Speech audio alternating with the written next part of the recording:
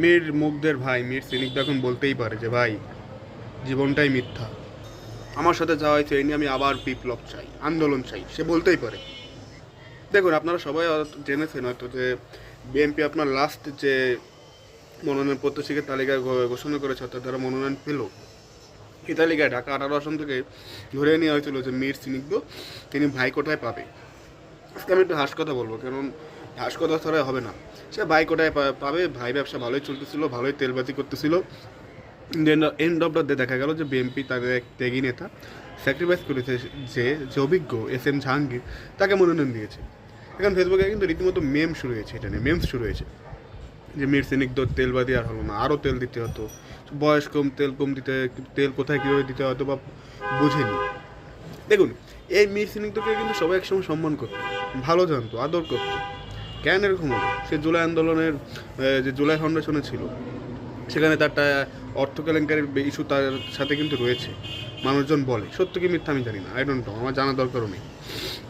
তারপর তিনি আপনার এই বিএনপিতে যোগদানের আগেই ডাকসু ইলেকশনের পরে কিন্তু আপনার বললো যে, বা ডাকসু ইলেকশনের সময় কিন্তু আপনার বললো যে বিএনপি আর যে ছাত্রদল হচ্ছে চাঁদাবাদি করে।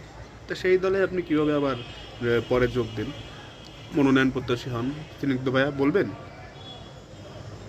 দেখুন আমরা আমাদের সামাজিক যোগাযোগ মাধ্যমের উসিলায় আপনার ওই SP ক্রিয়েশনের মাধ্যমে বাবা ব্যবসায়ী, কিছু হাজব্যান্ডের উসিলায় আপনার বউ ব্যবসায়ী পেয়েছি, তারা তাদের বউদের এনে ব্যবসা করেন। অ্যান্ড মীর সিনিকদের উসিলায় আমরা পেয়েছিলাম একজন ভাই ব্যবসায়ীকে, যে তার ভাই মীর মুগ্ধ মারা যাওয়ার পরে সে নিজেই বলেছে যে আমার লাইফ চেঞ্জ হয়ে গেছে আমার ভাই মারা যাওয়ার পর।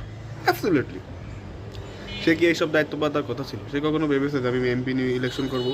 এই এতে এরপর তো তেল মারা শুরু হলো নমিনেশন পাওয়ার জন্য, যে ছোটোবেলা থেকে আমাকে জিয়াউর রহমানের আদর্শে মানুষ করতে চেয়েছিল বাবা, এভাবে মানুষ করেছে। আমরা ছোটোবেলা থেকে এই করতাম, এক দেড়টা তেল তেল তেল তেল তেল তেল। ঠিক আছে, শীতকালে মানে এইসব কথা শুনলে আর গায়ে তেল লোশন দেওয়া লাগে না, এমনি সব হয়ে যায়। লাস্টে কী হলো?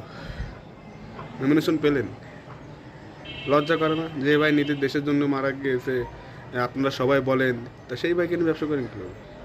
আপন ভাইকে নিয়ে কি ব্যবসা করা যায়? স্নিগ্ধ লজ্জা করে না? নিজের চেহারাটা আয়নায় দেখবেন যে 5 আগস্টের পর আপনার উপর মানুষের যে ভালোবাসা সিম্পেথি ছিল সেটা এখন কোন পর্যায়ে? হাসে মানুষ এখন আপনাকে নিয়ে। এর ফলে কী হচ্ছে জানেন? আপনার ভাইও কিন্তু হাসির পাত্র হচ্ছে। আপনার ভাইয়ের ক্ষতি করতেছেন, আপনার ফ্যামিলির ক্ষতি করতেছেন। আপনাকে MP এর বয়স এখন, আপনি দেশের জন্য কী করেছেন আমি জানতে চাই। আপনার ভাই করেছে, আপনি কী করেছেন? কিছু করেছেন দেশের জন্য? কিছুই তো করেননি। সব ভাই ব্যবসায়ী হয়তো হবে না ভাই।